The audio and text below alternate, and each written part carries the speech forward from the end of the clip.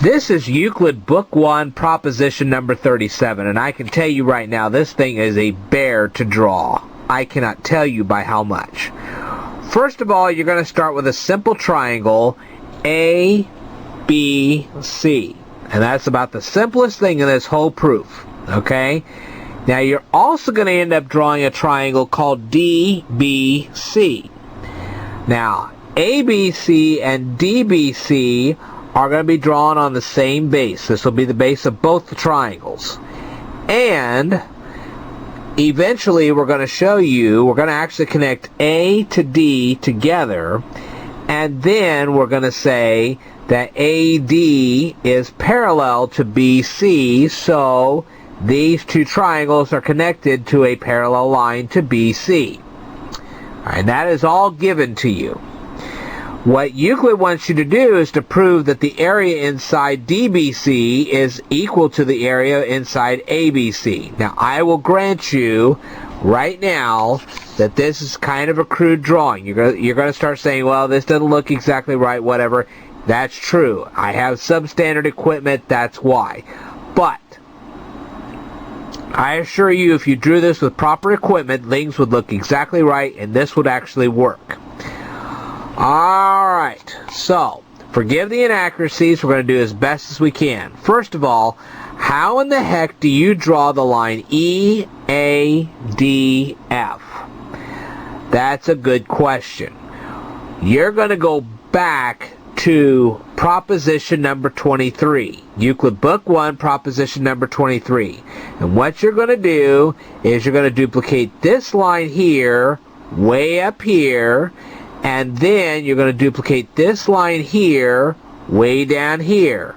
And when you do, wherever they cross, that's going to be parallel. This whole line here will end up being parallel to this line right down here. Alright. Now comes the real tricky part. Using Euclid Book 1, proposition number 31, boy, there's another trip. Euclid wants you to draw a line from point B to point E, and he wants this line parallel to AC. And then he wants you to draw a point from point C to point F, and he wants it parallel to BD. Now, how are you going to do this? Well, you're going to use Euclid Book 1, proposition number 23 all over again. Alright? And so what you're going to do is you're going to duplicate AB and AC right down here. These two lines right here will represent AB and AC, and when you cross them together, they're going to meet at a certain point. It's going to be right down here, and then, well, actually not right there. It's actually going to meet right down here. Okay, when it does, you're going to draw this line from here all the way up to here, and you're going to get BE. Alright? Same type of deal over here. You're going to duplicate this line and this line here and here, and when you do, they're going to meet at a certain point, and you're going to draw that line. It's going to be CF. Alright. Now, according to Book 1, proposition number 35, we said that parallelogram EBCA and parallelogram DBCF are equal in size. Those two parallelograms are equal in size. Now, that doesn't mean that their lengths are all equal, but what it does mean is the area contained by these two parallelograms are exactly the same size. Okay. Now, Euclid goes on to say that triangle ABC is 1/2 of parallelogram EBCA. And it just so happens that AB bisects EBCA. Okay? And so therefore, that means by Book 1, proposition number 34, that triangle ABC has the same amount of area, okay, as EBA.